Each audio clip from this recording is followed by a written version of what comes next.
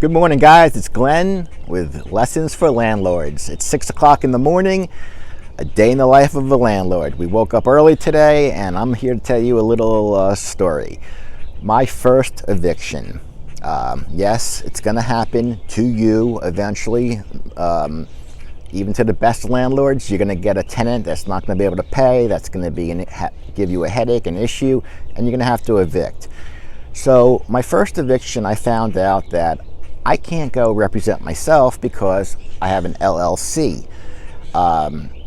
Because I have an LLC, I had to hire an eviction attorney. And I strongly suggest always hire an eviction attorney because they know what they're doing and they'll get your tenants out if you have a good one. So we go to court, and the tenant first says, we tell the story to the judge. So, he says to the tenant, why haven't you paid? And they say, oh, the house is inhabitable. Okay, that's the first thing they're always going to say. Judge says, what do you mean? And they say, and I don't even know what they were trying to say. Something, maybe a window was drafty or something, and he goes, you can't do that. Then they said, oh, we're claiming hardship. And the judge is like, what's your hardship? And she says her hardship, and he's like, no, we can't do that either. Then she claims that she wants an attorney, and then he says, no, you're supposed to, you had, all this time before the eviction date, you should have had an attorney. And he denies her 3 requests. I mean, the tenant's going to say anything to stay in your rental. So I win the case, and 10 days later, they post on the door the date and time that the tenant needs to get out.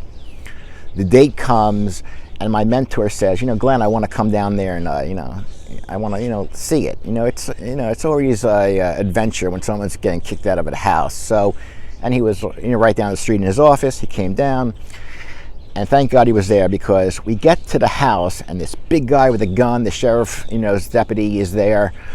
And he says, okay, nobody's home. So he's like, okay, just go in and let's, see what's going on. So I'm opening the door, and all of a sudden she pulls up in the driveway and slams on the brakes and gets out and says, you get out of my house. And I said, this is not your house. And, at this point, I'm aggravated. Anyone that doesn't pay rent and stays in your house, it's just, you get this angry feeling because, it's your property, and they just think they can just stay and not pay. So he says, you have a half an hour to get your stuff and get out. And in that time, he says, Glenn, okay, change the locks.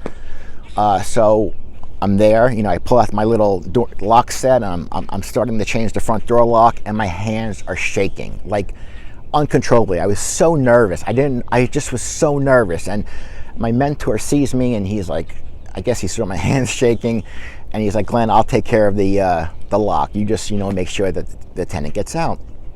So within that time, the tenant's yelling at me and the sheriff's deputy for 10 minutes.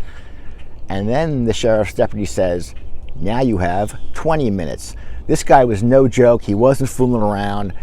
They give him a certain amount of time. He wants to move on with his day. So in 20 minutes, they take as much as they can, and now the locks are changed. They can't get in. So of course I had to, get their stuff and take it out and so on and so forth. But they were out. So that's the story. I mean, you're going to have an eviction. It felt really good getting them out. And, don't be afraid. I mean, file that eviction on the 11th. You have to stay firm, treat it like a business, and you'll do well. Lessons for landlords, guys. I hope you enjoyed the eviction story, my first eviction. I would love to hear your first eviction stories, and we'll go from there. So enjoy the day, guys. Take care.